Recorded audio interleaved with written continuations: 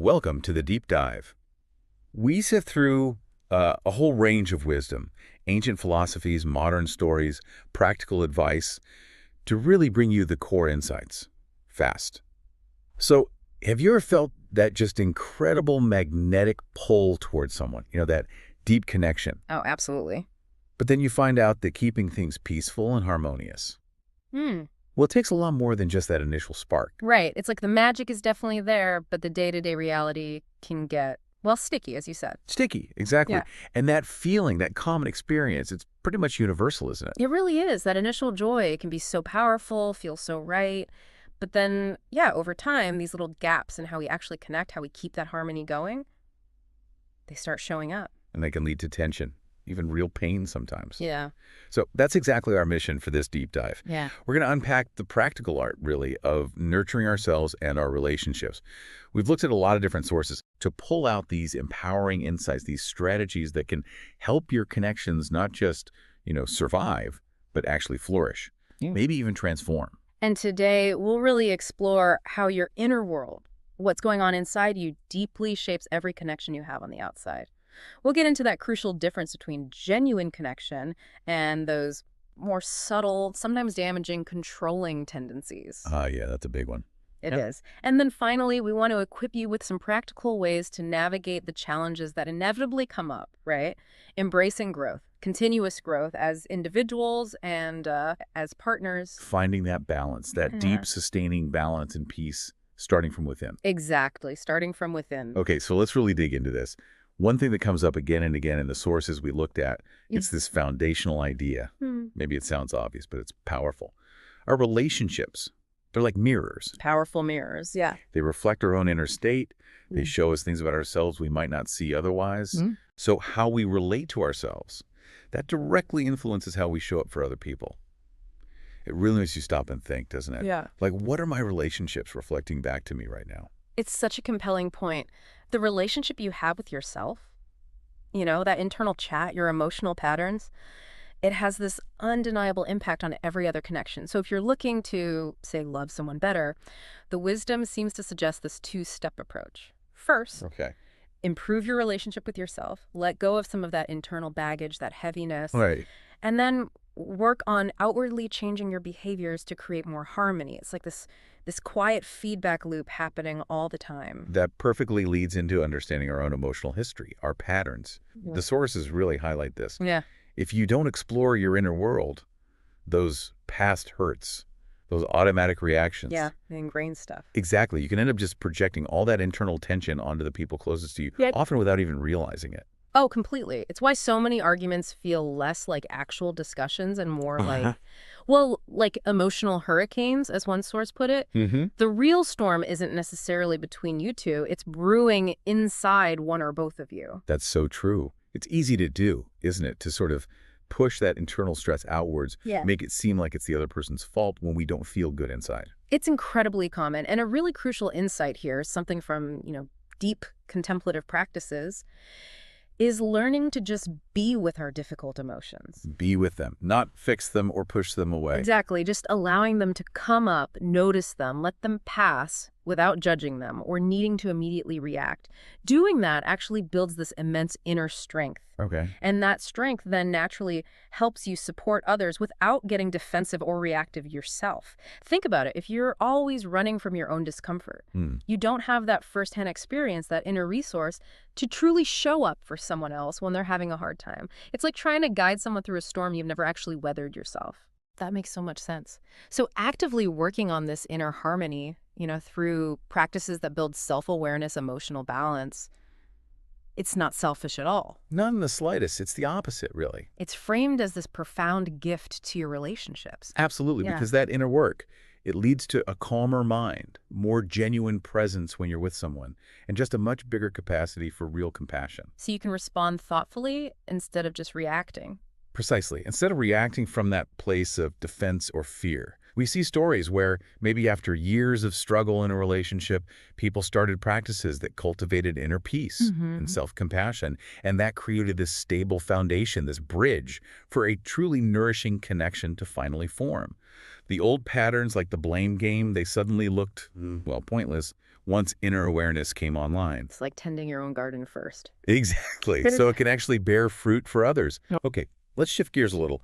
A really critical distinction that many sources emphasize is understanding what true connection is versus what it often gets mistaken for. Right. That initial strong attraction, that magnetic thing, it's wonderful, no doubt. It is. But it's definitely not enough on its own to keep things harmonious long term. It's just the start. And this is where it gets really interesting, I think, because genuine connection often gets subtly undermined or confused with a desire to control or to cling. Control or cling. Yeah, and this tendency, it usually comes from a place of fear or insecurity inside us, Yeah. but it can actually end up stifling freedom and just slowly draining the joy out of the relationship. It's like a silent saboteur pretending to be care.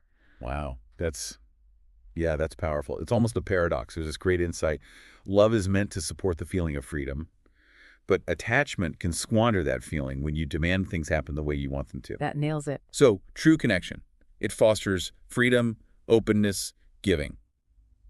But controlling tendencies, they lead straight to tension, pressure, and eventually distance. It's the difference between an energy that flows, that's stable, but also harmonious, that embraces change, and an attempt to keep everything stuck, static, resisting the natural flow of life and growth. Which never works long term, does it? Rarely. If you connect this to the bigger picture, we have to set things up just so, exactly how we like them. It's natural to a point. Sure. But if it's unchecked, it becomes deeply controlling. Things like forcing expectations onto someone, possessiveness, even subtle manipulation, they're all forms of this attachment. Can they block the connection? They're unmistakable blocks. They create this pressure cooker that, can eventually just crack the whole thing. True connection, at its core, it should feel uplifting, nourishing. Control, though, it tends to be pretty self-centered and draining for everyone involved. So what does this mean for building relationships that actually last and feel good? It sounds like balanced connections really thrive on clear, voluntary commitments. Yes, voluntary is the key word. Where people openly share what they need, what they desire, and then they willingly choose to support each other's happiness. It's a conscious choice, ongoing. That emphasis on voluntary is so crucial. Commitments then become these acts of honest, open communication. It's about saying, here's what I need, but then also checking in with yourself. What do I genuinely feel good about contributing? What feels right for me to give? So it's not out of obligation. Exactly. This way, you show up in the relationship from a true desire to love well, not because you feel pressured or obligated. You're co-creating an environment where joy and fulfillment have a much better chance of sticking around. Okay, this feels like a good point to bring in something powerful from the sources. They point to these three sort of overarching qualities that really empower us to love better. They act like pillars for a thriving connection. Ah, yes, the pillars. Kindness, growth, and compassion. Those three are fundamental. Kindness, first off.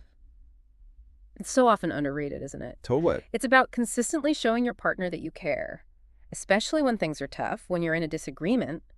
The wisdom here is just profound. During conflict, try to shift your whole mindset. How so? Remember, it's us versus the problem, not me versus you. Your partner is not the enemy. Just that simple shift in perspective can transform arguments from these destructive battles into actual opportunities to understand each other better. That's huge. Okay, and then growth. Growth is positioned as this lifelong journey. It's a willingness to learn, to adapt, and importantly, to courageously let go of old patterns that just aren't working anymore for you or for the relationship. Because nobody comes into it perfect. Nobody. No one enters a relationship fully healed or perfectly formed.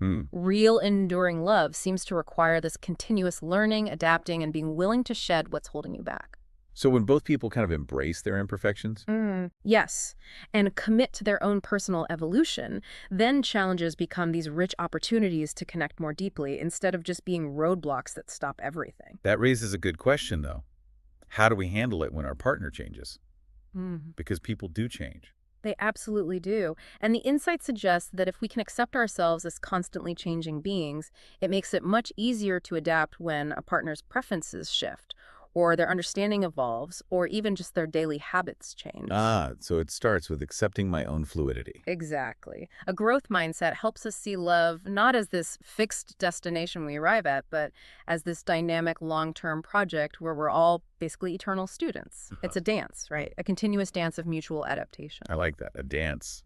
Okay, and the third pillar, Compassion. Compassion. This might be the most powerful differentiator between relationships that find real harmony and those that just keep struggling. Why is it so powerful? Because the sources define it not just as feeling for someone, like empathy, but as the active ability to genuinely step into their perspective, to understand their world, their unique history, their emotional landscape. So it's an active skill. Highly active. It helps you see beyond your own viewpoint and respond with real gentleness, with informed action. It's not just thinking, oh, I understand. It's acting from that understanding. When you actively step outside your own head. You genuinely see more. Compassion helps you learn your partner's mind, their heart. You become intimately familiar with their triggers, their hopes, what they like, what they don't. And without that? Without that active compassion, your partner can kind of remain a mystery. And truly supporting them becomes incredibly difficult, maybe impossible. You're essentially trying to help them navigate their terrain without really understanding the map. Okay, let's be real though. Challenges, arguments, Yeah. they happen in any close relationship. It's inevitable. Totally inevitable. But the sources really beautifully reframe arguments, not as signs that something's broken, but as natural things that happen, and actually as these profound chances to deepen understanding. Right.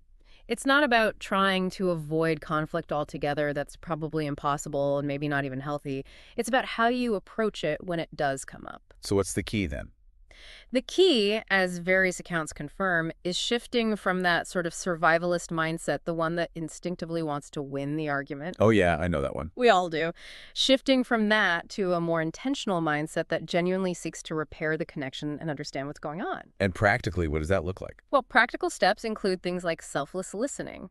That means resisting the urge to plan your comeback while they're talking. Hard to do sometimes. Very hard.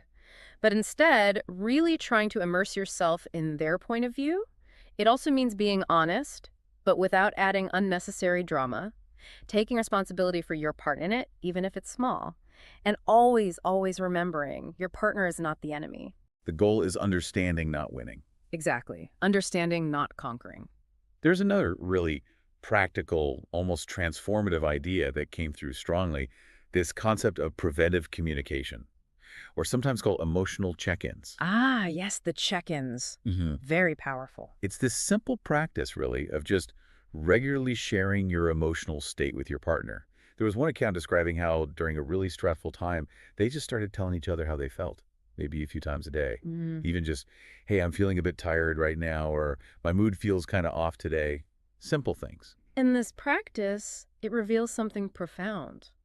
Emotions are impermanent. They change. Right. By just naming how you feel, I feel anxious, I feel irritated, you actively witness for yourself how quickly those feelings can shift, how transient they often are. So you don't get swept away by them? Exactly. It helps you create a bit of healthy distance from being totally overwhelmed by the feeling. And it empowers you to choose how you respond rather than just being automatically driven by that temporary emotion. It's like a quick moment of compassion for yourself and for them. It is. And it helps prevent so many unnecessary arguments that start because someone misinterprets internal tension as external blame. You're basically saying, look, this is what's happening inside me right now. It's not necessarily about you. That communication piece is key. But sometimes, even with all this effort, people grow and heal at different speeds, right? Or in different ways. Absolutely. That's a really important reality to acknowledge. And the sources really emphasize that acceptance and patience are just crucial when partners are navigating their unique inner journeys, but still trying to build a life together. This touches on a powerful point. Genuine connection is never about forcing your partner to change. You can't make someone grow or heal. Right. Instead, it's about inspiring them through your own actions, through mutual love and support, to want to evolve on their own, at their own pace. Like those stories you hear about partners on different spiritual paths.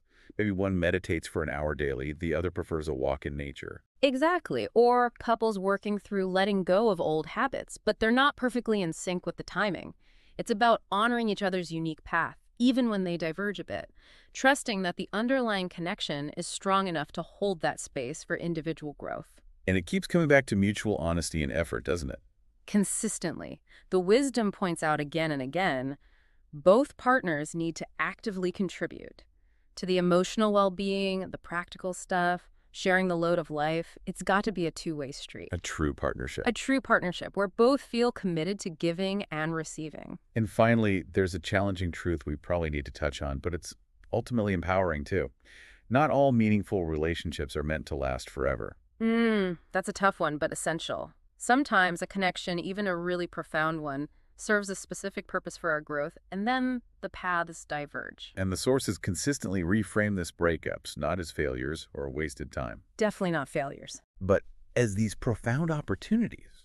Opportunities for learning, for self-discovery, maybe even for a kind of rebirth. Absolutely, because the skills you gained in that relationship, maybe patience, maybe courage to set boundaries, maybe deeper self-awareness, those things are never lost. You take them with you. You take them with you, they serve you in all your future connections, and maybe most importantly, in the ongoing relationship you have with yourself.